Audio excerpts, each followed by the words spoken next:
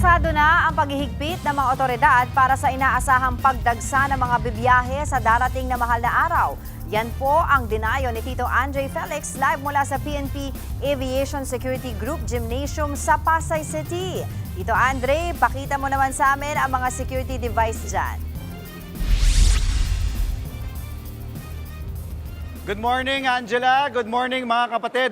Tama ka, no? Nabanggit mo, nandito po tayo ngayon sa Philippine National Police Aviation Security Group Headquarters o PNP AVSE Group dito po sa Pasay City para ipakita, dahil nalalapit na nga ang Semana Santa, ipapakita po natin maya-maya lamang ang kanilang bagong alternative restraining tool kung saan hawak po ni Sir Zamora. Sir, pakita po natin dito. Pero mamaya pa natin ipapaliwanag kung paano nila gagamitin ito sa mga balak po manggulo o maging disruptive passengers, yung mga unruly passengers sa mga paliparan, sa mga airports po sa darating na Holy Week. Ito po ang gagamitin ng PNP AVSE Group o yung PNP Aviation Security Group.